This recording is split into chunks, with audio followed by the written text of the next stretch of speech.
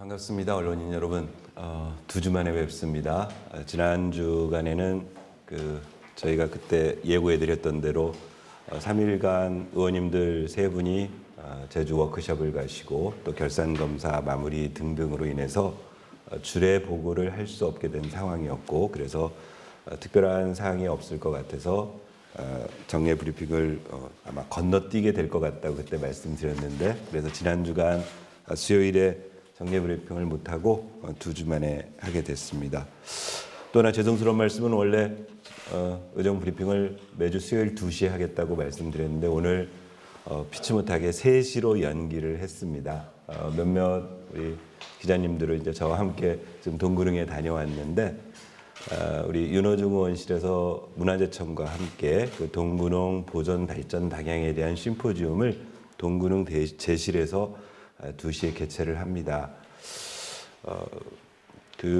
우리 구리시가 가지고 있는 고유한 자산 중에 하나인 동구릉이 우리 시민들에게 가장 이로운 방향으로 이후에 보존 발전시킬 수 있는 그런 용역 결과에 대한 보고, 또 시민사회의 목소리 등등을 청취하는 그런 중요한 행사여서 부득이하게 오늘 2시에 예정되어 있던 브리핑을 3시로 연기하고 제가 그 행사에 가서 인사를 드리고 오게 되었습니다.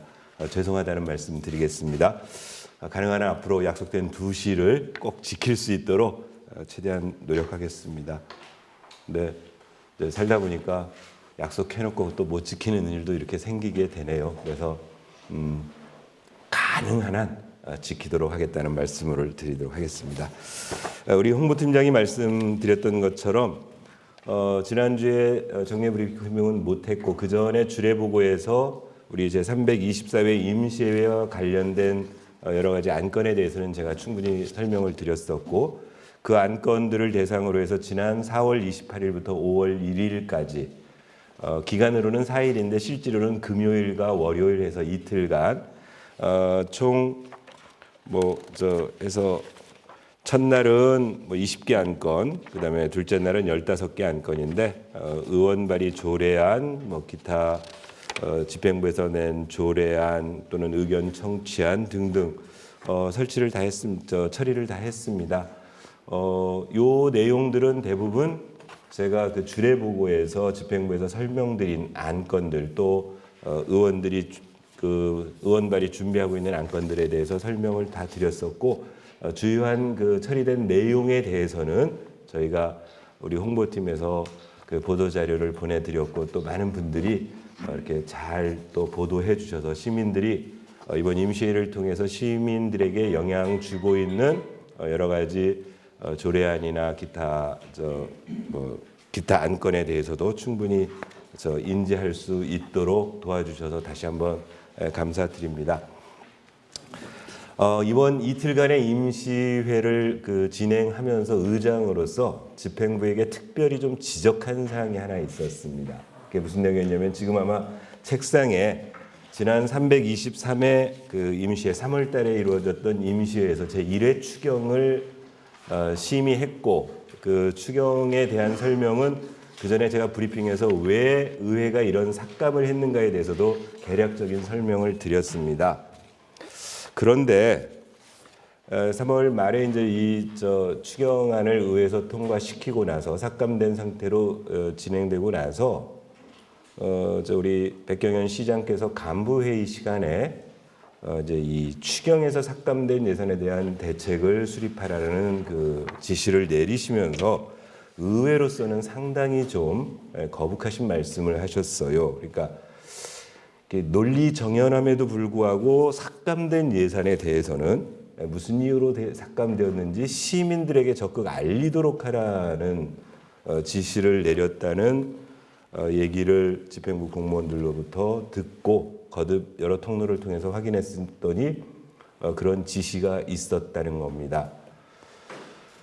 의회를 이끌고 있는 의장의 입장에서는 충분히 저를 제외한 7명의 의원으로 구성된 예산결산특별위원회에서 집행부의 예산 편성에 대한 설명을 듣고 질의답변 과정을 통해서 그 예산의 논리적 이유 그 예산의 효과 또는 예산의 법적 어떤 근거 이런 등등을 종합적으로 판단해서 승인하든 삭감하든 축소하든 등등의 예산 심의권을 가지고 있는 의회에 대해서 막강한 집행력을 가진 그 시장이 간부 공무원들에게 삭감된 예산에 대해서 왜 삭감되었는지 시민들에게 적극 알리도록 하라는 특별 지시를 내린 사항에 대해서는 의회는 거꾸로 어떻게 느낄 수밖에 없냐면 그럼 앞으로 의회에서 예산 삭감할 때마다 뭐 이런 시민들에게 의회가 이렇게 삭감했대요. 이렇게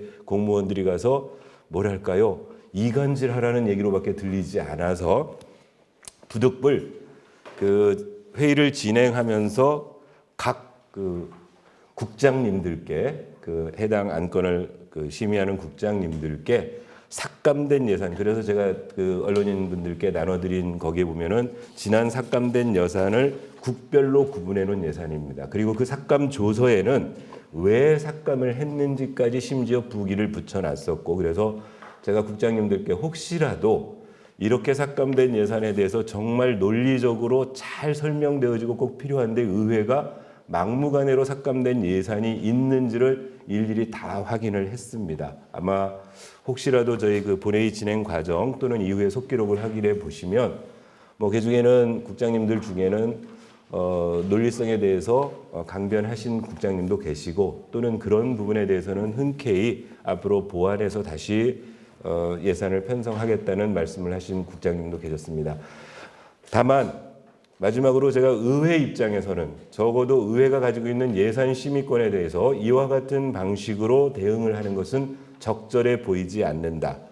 사전에 예산결산특별위원회에서 충분하게 준비해서 의원님들에게 그 예산의 필요성이라든가 예산의 효용성에 대해서 정말 충분히 설명해서 그 예산을 승인받을 수 있도록 노력하는 것이 집행부 공무원의 자세라는 점을 다시 한번 강조했고 이와 같은 우리 입장은 이후 예산 심의 과정에도 줄곧 유지될 거라고 생각합니다.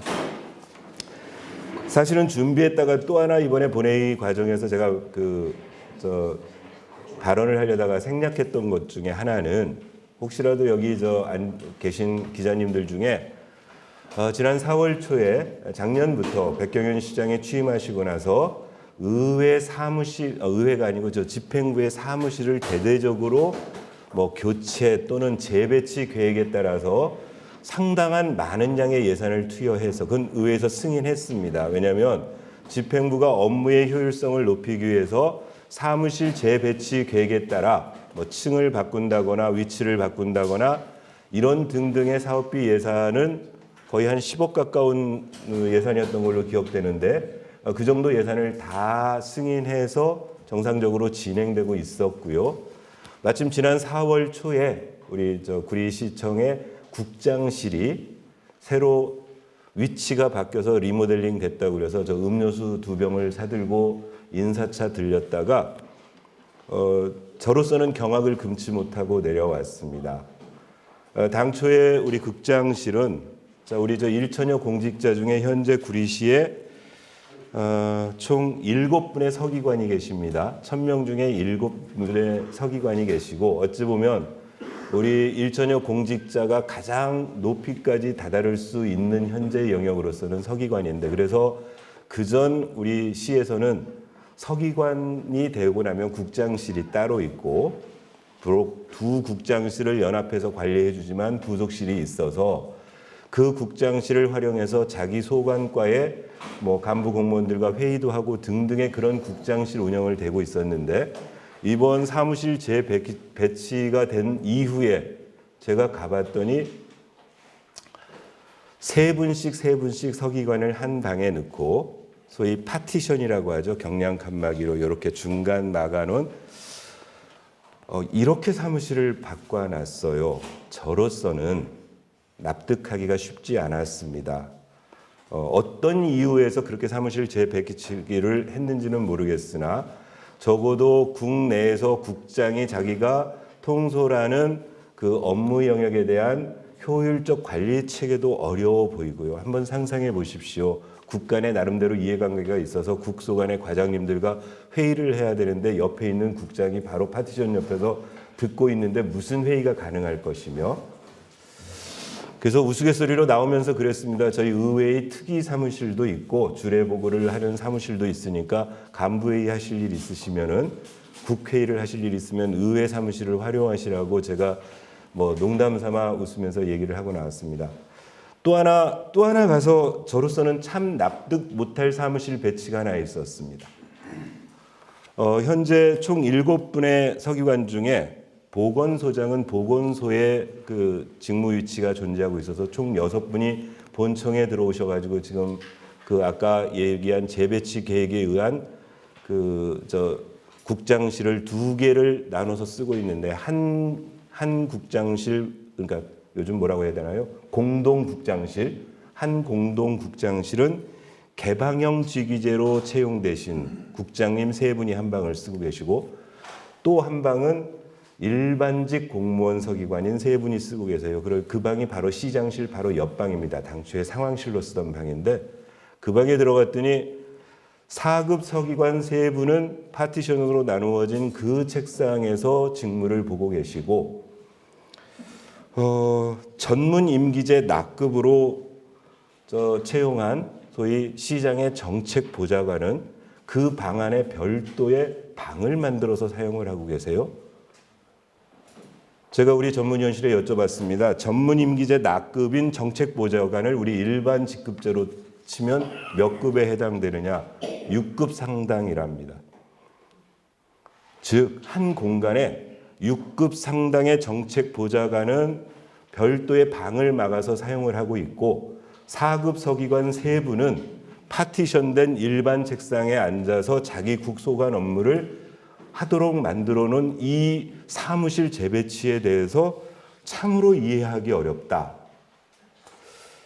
뭐 주무국장이나 소위 그런 사무실을 관리하는 공청사를 관리하는 주무과장에게 물어봐도 유구무원이고 별 말씀을 못 들었습니다. 혹시라도 관심 있으신 분들 오늘 가셔서 꼭 구리시청에 있는 우리 공동국장 집무실을 한번 꼭 둘러보시기를 권해드립니다. 이렇게 해서 지난 금요일과 월요일에 걸쳐서 제324회 임시회는 마쳤고요. 어제 이제 정례적인 주례보고 시간을 갖게 되었습니다. 그 전에 말씀드렸던 것처럼 저희가 주례보고 하는 화요일에는 우선 의장실에서 의원님들과 우리 전문위원님들 배석하에 내부적인 의원 발의 조례에 관한 얘기를 하도록 되어 있었습니다. 어제는 양경애 부의장님의 구리시 장애인 전동 보조기기 보험 가입 및 지원 조례안, 김용현 의원님의 구리시 우수음식점 지정 및 지원에 관한 조례안, 김한슬 의원님의 구리시 청소년 기본 조례안에 대해서 간단한 설명을 들었습니다. 그런데 이 부분은 어제는 길게 토론을 안 하고 운영위원회 쪽으로 이 토론을 넘겼습니다. 왜 그랬냐면 제가 아마 지난 그 주례보고 정례 브리핑 때 앞으로 의회에서도 의원 발의 조례에서도 좀 더 심도 깊은 논의를 위해서 지금 매뉴얼을 만들고 있다고 말씀을 드렸습니다. 지금처럼 그냥 간단하게 의원들 발의하는 조례도 대충 설명하고 끝나는 게 아니고 조례의 유형에 따라서 조례를 새로 제정하거나 2억 원 이상의 예산이 소요되는 개정 조례에 한해서는 별도의 입법 좀 심도 있게 논의하는 절차를 갖추는 매뉴얼을 만들겠다고 그랬고, 어제는 그 매뉴얼을 반영한 구리시의회 회의규칙 일부 개정 규칙안에 대해서 의원님들과 논의를 했습니다. 저희 구리시의회 회의규칙에 지난번 매뉴얼로 말씀드린 것처럼 저희가 58조의 2에다가 58조에는 뭐가 들어있냐면은 공청회에 관한 규정이 있습니다. 그러니까 위원회에서 어떤 위원회의 결정으로 시민들의 의견을 들을 필요가 있을 때 공청회를 열 수 있는 조항이 회의 규칙에 있는데, 회의 규칙 그 58조 2에다가 자치법규 위반에 대한 의견 청취 등 해가지고 의원이 발의한 안건 중 위원회에서 공청회, 토론회, 자문 간담회 등 이하 의견 청취를 한다. 이게 필요하다고 인정되는 경우 의원은 구리시의회 자치법규 위반 매뉴얼에 따라 의견 청취를 할 수 있다. 의장과 협의해야 된다. 의견 청취에 참석한 전문가 등에게 예산의 범위에서 수당 및 그 밖에 필요한 경비를 지급할 수 있다. 관계 공무원을 참석하여 의견을 듣거나 등. 그래서 앞으로는 의원님들이 조례를 만들거나 개정할 때도 여하튼 공청회, 간담회, 자문회의 등등 토론회 등등을 통해서 그 조례가 미칠 영향에 대해서 시민들의 의견도 반영하고 전문가들의 의견도 반영해서 조례에서 미스가 생기지 않도록 하겠다. 그걸 우리 회의 규칙에도 반영해서 예산까지 확보하고 등등을 하고 이제 이렇게 결정을 했기 때문에 이후에는 운영위원회와 부의장님이 참석하는 그 회의 속에서 이런 새로운 그 조례 재개정에 대해서는 논의를 하기로 하자라고 어제 일단 얘기를 끝내고 이제 그다음에 주례 보고를 들었습니다. 아마 여기 어제 주례 보고 내용에 대해서는 보도자료에 첨부되어 있어서 아실 겁니다. 그래서 일단 간단하게 제가 설명드리도록 하겠습니다. 첫째, 동군흥에서 돌다리 사거리 역사거리 디자인 계획 용역 결과 보고. 이거는 어디냐면은요, 저 동군흥인데 동군흥 바로 정문 앞에 아니고 여기 구리 아시니까 아시겠지만 동군흥에서 태계원 쪽으로 좀 더 가다 보면은 그 순환고속도로 이 교각 하단부에 유래등이라는 중국집이 하나 있습니다. 그 중국집 그 앞에 유래등서부터 여기 우리 돌다리 사거리까지를 이제 시에서는 장기적으로 그 역사거리, 그래서 거기에 우리 오늘 심포지엄 하고 있지만 동군흥도 위치하고 있어서 역도 동군흥역이 새로 생기는 거고 하기 때문에 그 거리를 역사거리로 조성할 그런 장기적인 건 시장에 공약이도 하고 계획이 잡혀 있는데 그때 그 거리를 어떤 방식으로 디자인할 것인가에 대한 총괄적 디자인 계획을 용역 발주했습니다. 용역비가 어제 5,200만 원, 5,200만 원이었던 걸로 기억되죠? 5,200만 원 들여서 용역을 했고 이미 이 용역 결과는 완수되어서 이렇게 용역 결과 최종 보고서가 납품되었습니다. 그 용역을 실시한 기관의 책임자가 나오셔서 이 용역 내용에 대해서 쭉 설명을 해주신 내용입니다.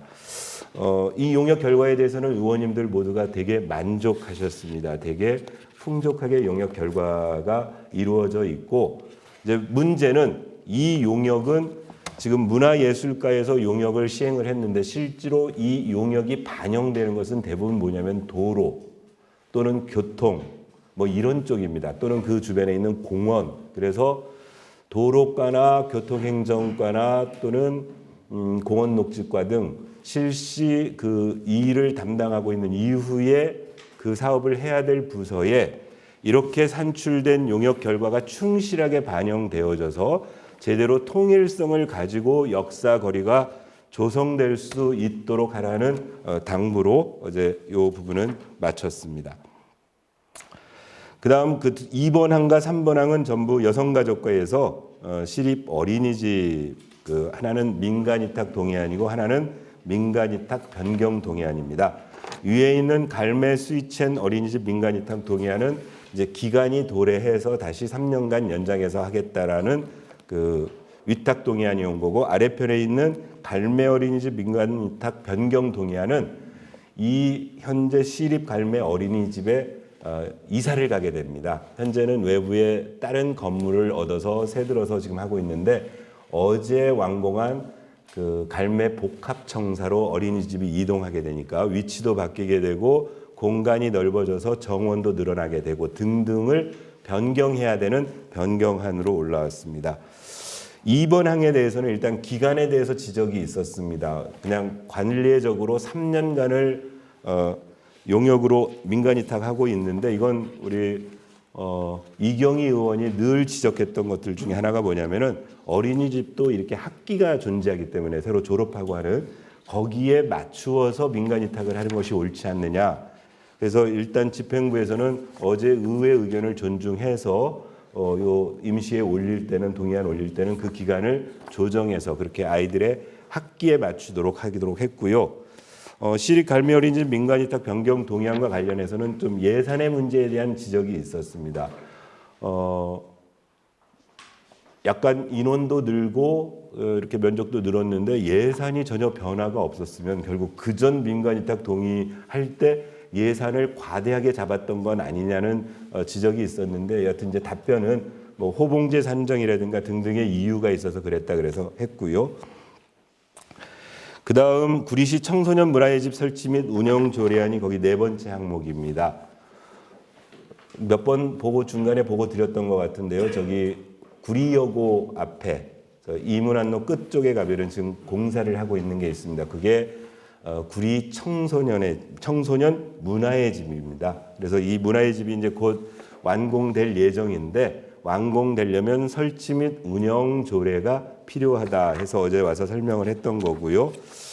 어제 쟁점은 뭐였냐면은 시에서는 이 시설은 청소년 전용 시설로서 청소년 이외의 다른 뭐 대관이라든가 이런 것들을 하지 않겠다. 그래서 원칙적으로 그 시설은 무료로 이용하는 것을 원칙으로 한다라고 이 조례안을 준비해 오셨던 거고 의원님들 입장에서는 만약에 그 공간이 주간 시간에 실제 청소년들이 이용할 수 없는 시간에 그냥 방치하는 것이 옳으냐, 그 시간을 활용할 수 있는 뭔가의 방법을 찾는 게 옳으냐에 대해서 검토해보라는 그런 의견 제시가 있었습니다. 다섯 번째, 보건소 행정기구 개편에 따른 종합적인 업무 추진계획 보고는 의회에서 요구했던 사항입니다. 총무과에서 그 전에 의회에 보고했던 구리시 정원 및 기구 개편 조례에 따르면 보건소가 현재는 이과 2지소입니다. 인창동 보건소 내 과가 2개가 있고요. 수택동에 있는 수택지소, 갈매동에 있는 갈매지소가 있는데 그래서 이과 2지소로 되어 있던 체계를 3과 체계로 바꾸겠다고 총무과에서 조직 개편안을 설명하러 와서 실무 현장 하는 쪽에서 요 개편의 의미가 뭔지 정확하게 이렇게 개편하려는 이유가 뭔지에 대한 설명을 좀 보고를 해라 해서 어제 와서 설명했습니다. 여러 가지 의원님들이 궁금했던 내용들에서 충분히 납득이 되어졌고요. 핵심은 그렇습니다. 현재는 그 인창동 보건소 내 보건행정과와 건강증진과 2개가 있고 수택지소하고 갈매지소가 되어 있던 체계를 앞으로는 인창동 보건소 내 보건행정과를 보건정책과로 이름을 바꾸고 건강증진과는 그대로 있고 건강생활과라는 과를 하나 과 체제를 만들어서 그 과는 갈매동 어제 복합청사 내에 있는 우리 갈매 건강생활지원센터 쪽에 위치해서 거기에서 갈매 건강생활지원센터와 현재의 수택지소 운영팀 운영을 하고 그다음에 시가 지금 앞으로 보건행정 쪽에서 쭉 가고 있는 치매안심센터 업무까지를 그 과에서 담당하게 하는 이런 3과 체제로 운영하겠다는 설명을 들었습니다. 마지막 여섯 번째로 있는 구리시 투명사회협약 실천 및 지원에 관한 조례 폐지 조례안은 이 부분은 이제 제가 그 전에 5대 의회에 있을 때 이 조례가 만들어졌던 내용입니다. 당시에 투명한 사회를 위해서 행정기구, 의회, 시민사회 등등이 협약을 맺어가지고 투명사회를 만들어가자는 그런 협약 체계, 당시에 그런 어떤 움직임이 있어가지고 조례가 만들어졌었는데 이후에 그 운동이 없어져 버리면서 실제로 요 해당 단체에서도 협의체에서도 이 조례를 폐지해 달라고 요구를 2014년에 이미 했는데 그동안 방치되어 있다가 늦게나마 폐지하겠다고 가지고 와서 설명해서 별말이 없었습니다. 그 다음 7번째 있는 수택동 재개발 사업 정비개혁 수립 및 정비구역 지정안에 대한 의견 청취하는 제가 2주 전에 설명을 드릴 때 지금 수택 2동에 재개발하겠다고 해서 주민 발의로 구역 지정을 요구하는 안이 올라와 있고 이미 그 해당된 안에 대해서는 지난 8대 의회 시절에 주민 1차 공람을 거쳐서 의회 의견까지를 받아 놓은 상황입니다. 그리고 나서 도시계획위원회까지 조건부 승인을 받고 문제는 중간에 지난번 설명드렸을 때 법이 바뀌면서 요 계획안 속에 주민 분담금에 관한 사항이 들어가야 돼서 의회에 와서 설명을 했던 겁니다. 그때 당시에 집행부의 견해는 뭐였냐면 이건 2차 주민공람 끝나고 의회의 의견 청취는 안 해도 되니까 그냥 설명만 드리겠다. 그런데 그날 저 설명을 드리고 가서 의회 전문위원실하고 가서 검토를 해봤더니 현재의 도정법이나 이런 것들을 검토해 보니까 이거는 임의로 집행부가 의회 의견 청취를 안 해도 된다고 내릴 결정될 사항이 아니라는 판단이 의회에서 있었고 이건 정식으로 의회의 의견 청취를 받아라. 그래서 협의를 한 결과 집행부에서도 그 법리 해석이 옳다. 그래서 의회 의견 청취를 받겠다. 그래서 그 의견 청취안에 관해서 어제 와서 설명을 했었습니다. 주민공담은 2차 주민공담은 지난 26일자로 다 끝났고요. 그래서 지금 일단 그 지역에 해당 지역의 주민들은 하루빨리 지구 지정이 되고 그 이후에 사업 진행을 하기를 원하기 때문에 집행부 입장에서는 의회가 최대한 협조해서 이른 시일 내에 의견 청취안을 의견 제시를 해달라고 요구를 했었고 그래서 오늘자로 집행부에서는 5월 중에 임시회를 열어달라는 그래서 그 임시회에서 요 의견 제시안을 제시해달라는 요구가 있어서 일단 운영위원회에서 논의를 하고 있습니다. 그래서 아마 빠른 시일 내에 5월 임시회를 뭐 하루나 이틀을 열어야 됩니다. 왜냐하면 하루는 집행부로부터 설명을 듣고 저희가 의견 제시안을 만들어서 의견을 하려면은 이틀이 필요해서 이틀의 임시회 기간을 다시 가질 예정입니다. 다음 그 8번에 있는 수택 2구역 및 인창시 2구역 조합운행 실태 점검 추진 현황은 그때 기자님들이 저한테 질문하셨던 내용이었습니다. 그래서 보다 자세한 내용을 좀 집행부로부터 요구해서 보고를 받겠다. 어제 보고된 사항은 이렇습니다. 현재 구리시의 조합은 재개발지구로 딸기원 2지구, 인창시 구역, 수택 2구역 해서 재개발 조합이 3개. 그 다음 수택 1지구로 재건축 조합이 하나, 4개가 지금 시에서 인가를 받아서 활동을 하고 있는데 작년 12월 13일 2022년 12월 13일에 우선 인창시 구역 조합은행 실태 점검반을 구성해서 변호사 1명, 회계사 1명, 한국부동산원 1명, 그리고 공무원 2명에서 총 5명의 점검반이 인창시 구역 실태 조사를 했고요. 2023년 1월 26일 날 역시 변호사 2명, 회계사 2명, 한국부동산원 2명, 공무원 2명 해서 여기는 8명으로 구성돼서 수택 2구역에 대한 종합적인 실태 점검을 완료했다. 점검 내용은 도시 및 주거환경정비법에 따른 용역계약을 준수했는지 여부, 이사회 및 대의원의 총회 운영 적정성 및 정관 준수 여부, 자금 관리 방법 적정성 및 자금 집행 시 관련 규정 준수 여부, 정비사업비 항목 및 조합 수입 지출 적정성 여부, 도시 및 주거환경정비법에 따른 정보공개 규정 준수 여부 등을 종합적으로 점검했고 이제 처분을 이렇게 점검하고 나면 처분할 수 있는 게 현재 도정법에는 환수권고, 행정지도, 시정명령 그리고 수사의뢰 또는 고발을 할 수 있도록 법에 규정되어 있는데 점검을 인창시구역은 12월 20일부터 12월 26일까지 5일간 수택 2구역은 1월 27일부터 2월 3일까지 6일간 점검했더니 인창시구역에서는 20건의 뭐랄까요? 좀 지적사항 이게 나온 거고 수택 2구역에서는 26건의 지적사항이 나왔는데 그때 이제 기사에 써주신 기사 내용에 보면은 그중 17건을 수사 의뢰하고 9건을 시정명령을 내렸다. 이게 이제 현재 현황으로 의회에 보고된 사항입니다.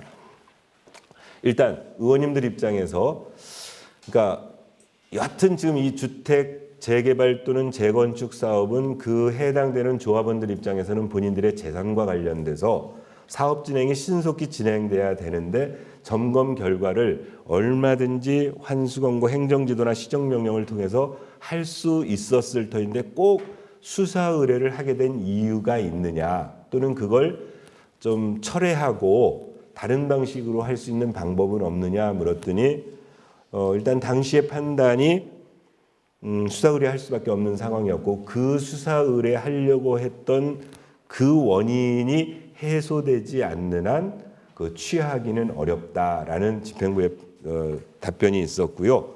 의회에서는 현재는 그냥 이렇게 총량으로만 어제 보고를 했길래, 자, 그 점검된 위반 사항에 대해서 개인 정보라든가 또는 뭐 이 수사에 차질을 줄 수 있는 이런 방법이 아니고 구체적으로 어떤 점들이 지적되어 있는가는 의회도 충분히 알 수 있지 않겠느냐 그랬더니, 그건 제출 가능하겠다 해서 오늘 정식적으로 집행부에다가 요 실태 점검된 인창 C구역의 20건, 수택 2구역의 26건에 대해서 그 내용에 대해서 의회에 자료로 제출해달라는 요구를 제가 결재해가지고 집행부에 이송했습니다. 자, 그다음 9번째입니다. 구리 전통시장 제2공영주차장 건립사업 계속비 변경 승인안. 2주 전에 설명할 때는 제2전통시장 공영주차 빌딩을 이제 관리하는 문제는 우리 도시공사에다가 관리 대행을 맡기겠다라는 그 동의안이 이제 의회에 넘어와 있다고 했고요.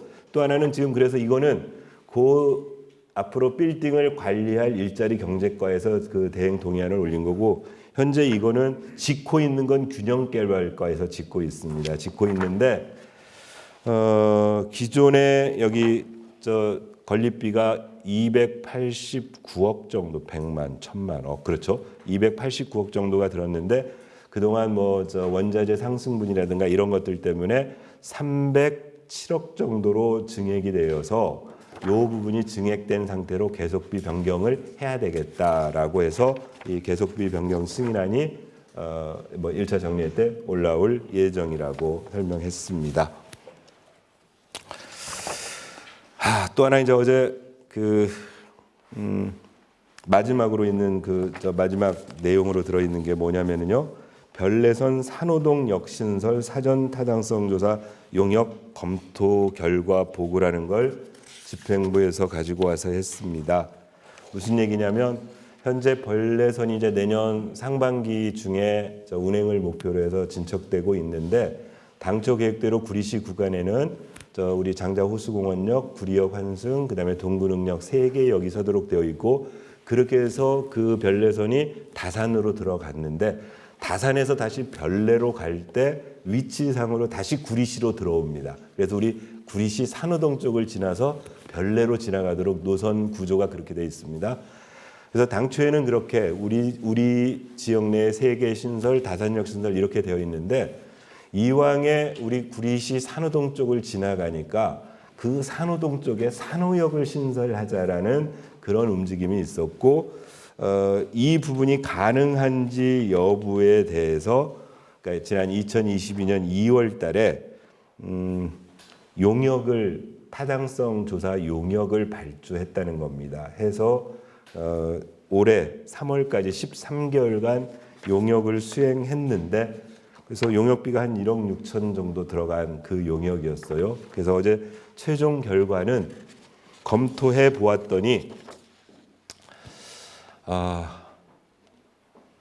이제 만약에 산호역을 신설하기 위해서는 공법이 예를 들면 비개착공법, 그게 뭐냐면 이미 이제 별내선은 지어져 있기 때문에 그 지어져 있는 상태에서 역을 새로 만들기 위해서 그걸 뜯어내고 위해서 이렇게 하는 방법이 있고, 또는 개착을 해가지고 완전하는 방법이 있고, 또는 공사 중에 우회해서 하는 방법, 뭐 3가지 방법이 있다는데, 그 공법을 다 적용을 해봐도 소위 경제성, BC가 1.0 이상이 되어야 어떤 사업이나 예타에서 통과되고 하는데, 해봤더니 새 공법 자체가 0.35, 0.41, 0.35로 전혀 경제성이 없다. 그래서 현재로서는 이 산호역을 신설하는 것은 경제성이 없어서 할 수 없는 사업이다로 결론 내렸다. 그래서 이런 용역 결과가 나왔다고 의회에 보고를 했어요. 의회 입장에서는 그랬습니다. 이제 제가 예를 들면 이런 거죠. 우리 시에도 이런 업무를 담당하고 있는 그 토목이라든가 건축이라든가 등등의 우리 기술 직렬에 있는 많은 공무원들이 있는데 보통 이런 타당성 조사를 하는 이유는 공무원들이 계략적으로 뭔가 검토를 해봤을 때도 이 경제성이 아슬아슬해서 1.0 이상이 되면 이 사업을 할 것 같고 1.0 안 되면 못하니까 보다 좀 전문가들의 진단을 받아보자 해서 하는 게 이런 용역 아니냐. 그런데 용역 결과가 0.35가 나왔다는 건 상식적으로 계략적인 전문가들이 살펴봐도 이건 안 되는 일일 텐데 구태여 시민의 혈세 1억 6천 정도를 허비하면서까지 이런 방식으로 지금 행정을 해서야 되겠느냐. 앞으로도 제발 용역을 할 때는 적어도 그 경계선상 정도가 있어야 용역을 하겠다고 의회 요구를 해줬으면 좋겠다라는 당부 말씀을 드렸습니다.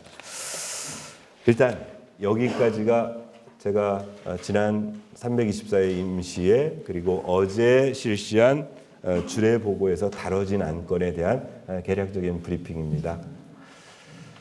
예. 이어서 질의응답 시간을 갖도록 하겠습니다. 질문하실 기자분께서는 손을 들어서 질의응답을 표시해 주시면 저희가 마이크를 전달해 드리도록 하겠습니다. 질의 시작 전에 먼저 소속을 하면서 전원을 발표해 주시면 감사하겠습니다. 손을 들어주시죠. 네, 우리 박형기 기자님. 경기도시민 박형기입니다. 제가 그 제1회 일반 특별력의 추가 경정 사업 예산 특별 삭감 조사를 했는데 네. 삭감액과 승인액이 네. 사실 정상적인 상태라면 바뀌어야 되는 거거든요. 금액이. 참 이 상황이 이해가 안 가는데. 네. 그러니까 또 심하게 말하면 삭감될 줄 알면서도 올린 거 아니냐 라는 생각이 드는데 네. 이런 상황에 대해서 의장님의 생각은 그때 한번 제가 설명을 드렸었죠. 일단 그 앞쪽 장에 있는 그 평생학습과의 예산이 전액감이 많습니다. 근데 거기 보시면은 구리시민축구단, 거기 장이 아니고 단인데요. 소위 K4 축구단 창단 관련 사업 예산이 지금 거기 있는 세 번째 항목에 있는 왕숙체육공원 관리동 시설 개선부터 맨 밑에 있는 구리시민축구단 선수대기실 조성까지 해가지고 이제 올라온 예산이에요. 그럼 아마 총액으로 치면은 거기가 뭐 한 4억 가까이 예산인데 그때도 설명드렸던 것처럼 의회 입장에서는 절차를 준수하지 않는 예산 편성에 대해서 승인할 수 없다. 자, 시장의 공약이긴 하지만 K4 시민축구단을 창설하기 위해서는 일단 시민적 공감대가 형성돼야 한다는 게 저희는 첫 번째라고 의회에서는 봅니다. 그러면 하다못해 시민들이 자발적으로 우리 시민축구단 만들겠다라는 운동도 있고 또 그런 타당성에 대한 예를 들면 토론회도 한번 해보고 전문가들의 의견도 들어보고 해서 일단 거기에 대한 컨센서스가 형성되면 그 다음에 제도적 장치를 마련하는 게 그 다음 2단계입니다. 예를 들면 조례를 만든다든가 관련 규정을 정비한다든가 등등이 끝나고 나서 구체적인 그 사업 프로세스에 의해 가지고 그 다음 절차가 진행될 때 구체적인 사업 예산이 들어와야 되는데 아무런 선제 절차가 없이 일단 모든 게 다 이루어졌다라는 전제하에 지금 이 예산은 편성돼서 올라온 예산입니다. 운동장을 새로 바꾸고 거기를 저 스탠드를 다시 늘리고 거기에 있던 지금 우리 저 체육회 사무실을 거기를 K4가 써야 되니까 왕숙 저 구장으로 옮겨야 되고 등등 아무런 결정된 거 없는 상황에서 이런 예산을 올리는 것은 도대체 납득할 수가 없다 해서 전액 감된 상황입니다. 예를 들면 뒤쪽 편에도 이제 뒤쪽 편 같은 경우에도 지금 공원녹지과 예산이 일부 그런 예산들이 전액감이 좀 있었는데요. 전액감 예산 같은 경우에는 이건 조금 효율성에 대한 의회와 집행부의 의견 차이, 예산 심의권에 대한 위협 또는 협박 이렇게 받아들일 수밖에 없지 않느냐는 의미에서 우리 국장님들께 좀 지적을 했던 사항입니다. 예, 한승목 국장님. 네, NWS 방송 한승국입니다. 조금 외람된 거 여쭤볼게요. 네. 어제 오후부터 오늘까지 조금 이슈였던 아, 모 의원님의 네. 음질 추태 논란이 조금 전에도 보니까 정방위도 기사가 나더라고요. 그래서 어떻게 대안을 하시죠? 네. 그다음에 지금 문화재단하고 농산물공사하고 도시공사 네. 지금 이사장님 그 선출 문제 네. 시기 들어갔다고 하는데 좀 어떻게 돌아가는지 몰라가지고 그거 좀 한번 얘기해 주십시오. 네. 일단 뒤쪽부터 먼저 하겠습니다. 아마 앞쪽 질문이 오늘 말씀을 하실 것 같아서 사실 먼저 그 브리핑을 해드릴까 하다가 그 브리핑을 시작을 하면 원래 하려던 브리핑이 싹 녹아들을 것 같아서 어차피 마지막에 질문이 나오실 것 같아서 생략을 했고 일단 현재 임원 추천과 관련한 문제요. 기본적으로 현재 구리시에 지방 공기업 2개 있습니다. 도시공사와 농산물공사. 그리고 재단이 2군데 있습니다. 청소년 3개 있는데 이제 뭐 실제로 이번에 하고 있는 임원이 바뀌어야 될 재단이 이제 하나가 있는 거죠. 그래서 지금 지적하신 도시공사, 농산물공사 그리고 문화재단 3개가 있었고요.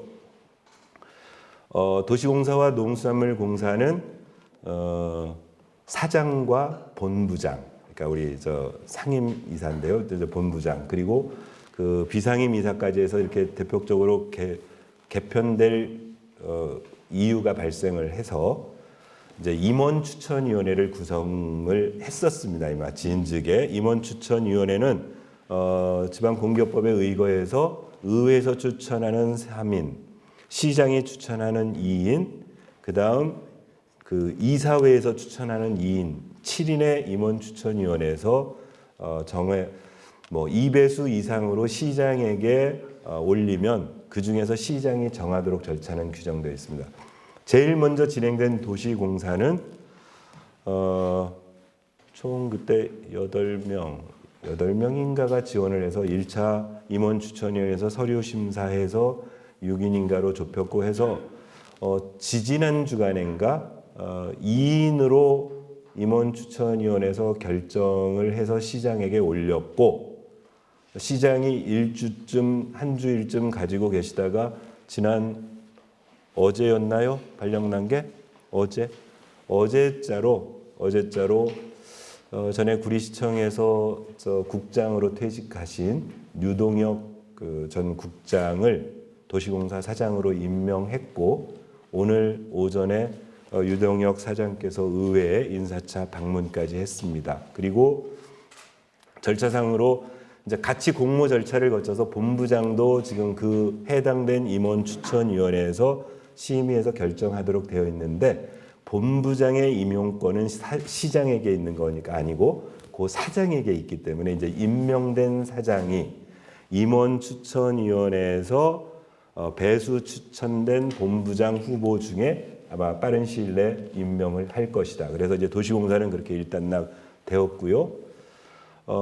농산물공사하고 여기 우리 문화재단도 이제 농산물공사는 공모 기간을 이제 공고를 내서 공모를 받았다고 합니다. 그래서 어제로 공모 기간이 끝났는데 아직 집행부로부터 또는 농산물공사로부터 의회에 정확하게 지원한 사람이 몇 명인지 누가 지원했는지 등등의 보고 또는 통보는 없었습니다. 그 부분은 인사와 관련된 부분이어서 의회 쪽에도 통보는 해주지 않고 비공식적으로 어제 들은 바에 의하면 사장 후보로 3분이 지원을 했다는 얘기는 들었고요. 거기도 마찬가지로 일단 사장에 대해서 임원추천위원회에서 면접 등을 거쳐서 심사해서 2배수 이상을 그것도 추천위원회에서 결정해서 시장에게 올리면 시장이 그중에서 선택할 수 있도록 되어 있습니다. 그리고 그렇게 임명된 사장이 본부장을 임명할 수 있도록 그 절차를 아마 그 프로세스대로 진행하기 때문에 5월 안에는 농수산물공사도 사장 및 본부장이 선출이 완료될 것 같습니다. 문화재단도 임원추천위원회가 구성되었는데 그때 보고 드린 대로 처음 문화재단에서 임원추천위원회를 지방공기업법에 준해서 뭐 저 지방 경제 전문가 이렇게 하지 말고 문화 전문가 등으로 하자 그래서 이제 그 방식으로 임원추천위원회가 구성이 되어졌고 이 역시도 구체적으로 의회에 보고된 바는 없습니다. 인사 관련. 그런데 상당히 많은 숫자의 대표이사 응모를 해서 뭐 열 몇 명 정도가 대표이사 지원을 했고 일단 임원추천위원회에서 하여튼 한 자릿수로 뭐 8명인지 7명인지 9명인지 하여튼 그 한 자릿수로 일단 줄여서 1차 심사를 거치고 서류 심사를 거치고 그렇게 저 1차 심사를 통과한 분들에 한해서 2차 면접 심사정을 거쳐서 역시 같은 방식으로 시장에게 2배수 이상으로 추천하면 임명하는 절차로 되어 있어서 거기도 아마 이미 그 1차 서류 심사 끝나고까지 했으니까 일정이 잡히는 대로 그렇게 진행될 예정입니다. 아마 5월 안에는 두 지방 공기업과 문화재단의 인선과 관련된 문제는 특별한 사유가 없는 한 완료될 것으로 보입니다. 그다음 좀 그렇습니다.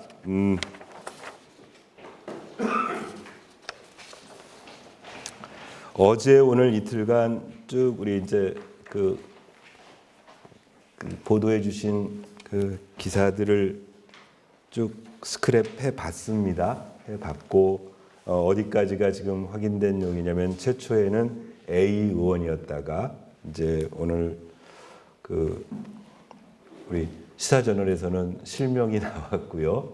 그다음에 그 뭐 과정에 대한 얘기도 우리 경기일보, 기호일보 등등에서 여러 가지 해당 우리 공무원 노조나 또 해당 공무원들에 대한 뭐 취재를 통하셔서 보다 상세하게 일단 의회는 이렇게 됐었습니다.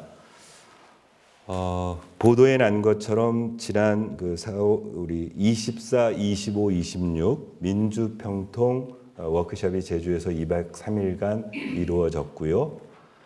현재 8명의 시의원은 우리 전부 다 민주평통에 특별한 사유가 없는 한 다 위원 대상이어서 저희가 전부 써서 저도 민주평통 위원이고 8명의 시의원이 전부 민주평통 위원입니다. 그래서 그 위원을 대상으로 해서 2박 3일간 제주도 워크숍이 있었고 8분 중에 우리 양경혜 부의장님과 신동아 운영위원장님, 김성태 의원님이 일정 조정을 해서 그 워크숍에 참석을 하셨고요. 그리고 그래서 2박 3일을 다녀오셨고 의회에서는 아무런 뭐 정보 없이 쭉 그냥 지냈고 저는 월요일 날 저녁에 신동아 운영위원장님한테 전화를 받았습니다. 그래서 제주에서 이런 일련의 일이 있었고 보도해 주신 것처럼 뭐 약간 부적절한 일들이 있었고 그 과정을 구리에 들어와서 지난 토요일 날 통화도 했었고 사과도 했고 그랬는데 월요일 날 일단 우리 공무원 노조에서 그 문제를 공식적으로 문제 제기를 하기로 했다. 그러니까 의장님도 알고 계셔야 될 것 같다. 그게 제가 저녁 약속 끝나고 집에 들어가면서니까 한 8시쯤 제가 그렇게 해서 신동아 운영위원장님과 통화를 해서 일단 사건은 인지를 했고요. 저녁에 들어갔더니 여기 계신 몇몇 기자님들이 이제 집으로 전화를 주셔서 개인 전화를 주셔서 인지 여부 또는 앞으로의 대응 여부를 물어보셔서 다음 날 마침 우리 주례 보고가 있으니까 의원님들과 상의하겠습니다. 그랬고요. 그래서 어제 오전에 아까 말씀드린 우리 주례 보고 전에 의원들이 다 모여서 내부적인 논의를 할 때 이 문제 그래서 최초에 우리 구리시청 공무원 노동조합에서 그 내신 성명서를 전부 의원님들께 다 회람시켜 드리고 그다음에 당일 이 사건의 당사자인 신동아 운영위원장께서 사건 경위에 대한 설명을 해주시고 또 함께 자리를 했던 양경애 부의장님 또 김성태 의원님이 이런저런 상황에 대한 설명을 했고 그러면 이제 앞으로 어떻게 할 것이냐에 대한 논의를 했을 때 일단 우리 운영위원장님의 입장은 동기 여부, 뭐 최초의 어떤 그 취지 여부를 떠나서 그 당사자가 불쾌하게 느꼈다면 이건 무조건 잘못한 일이다.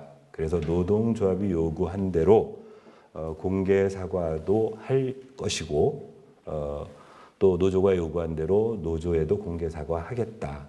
이제 그렇게 저희 의원들 회의에서 말씀을 해주셨고, 그러면 이제 우리 의회 입장, 왜냐하면은 여기 노동조합의 요구 사항에 신동아 구리시의원은 해당 직원을 직접 찾아가 사죄하고 공개 사과하라. 2항에 구리시의회는 이번 사건과 관련하여 재발 방지를 위한 방안을 발표하라. 이렇게 요구가 되어 있어서 1항에 대해서는 당사자인 신동아 운영위원장께서 100% 수용하겠다.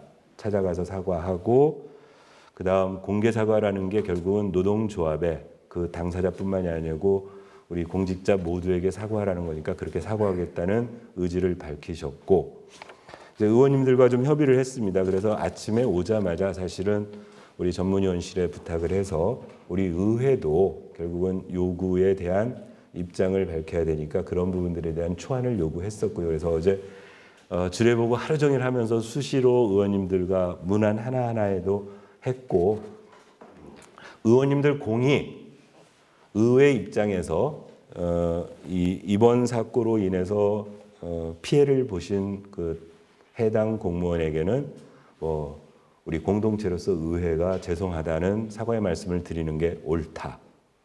2번 공무원 노동조합이 요구한 사항에서도 충분히 조직을 관장하는 입장에서 그런 요구를 하는 것이 맞기 때문에 의회 입장에서는 적극적으로 사과할 필요가 있다. 3번째, 우리 의회가 그럼 앞으로 어떻게 할 것이냐에 대한 걸 어떤 논의를 할 때 이제 이번 건과 관련해서는 어떤 신동아 운영위원장님의 충분한 경위도 들었고 주변에서 들었는데 이게 이제 저희들 입장은 그렇습니다.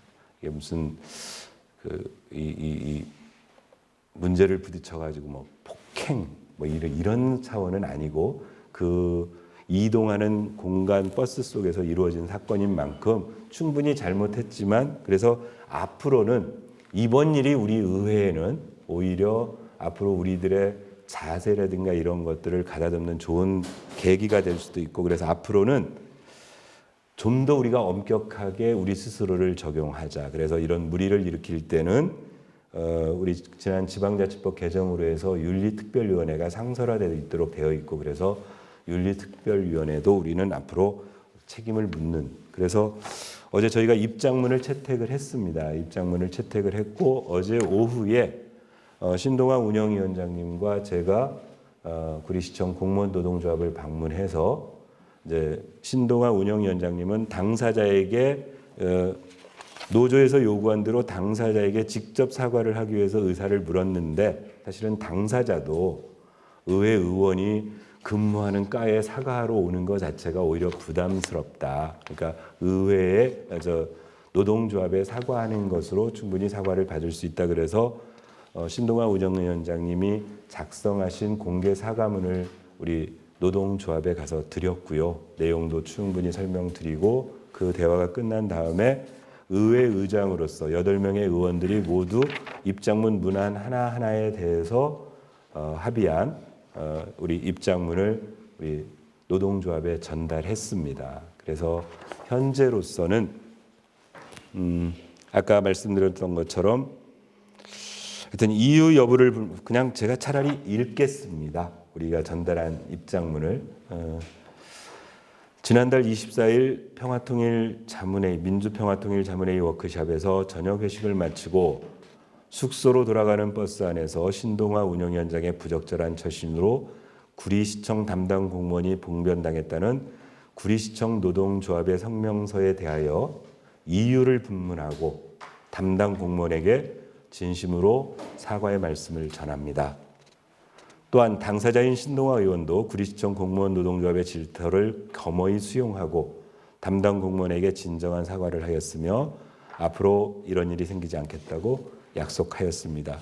이번 일을 계기로 구리시 의회는 시민의 대표라는 자리를 더욱 무겁게 인식하고 구리시 공무원들과의 모든 음주 행위를 자제할 것이며 음주로 인한 불미스러운 사태가 발생하지 않도록 적극적으로 노력하겠습니다. 아울러 이와 같은 사례가 또 발생할 경우 구리시의회 윤리특별위원회에 회부하는 등 경중에 따라 엄중하게 책임을 물을 것입니다. 끝으로 구리시의회는 구리시 모든 공직자 여러분께 심려를 끼쳐드린 점 다시 한번 위로의 말씀을 전하며 앞으로 구리 시민의 심부름꾼으로서 역할에 최선을 다할 것을 약속드립니다.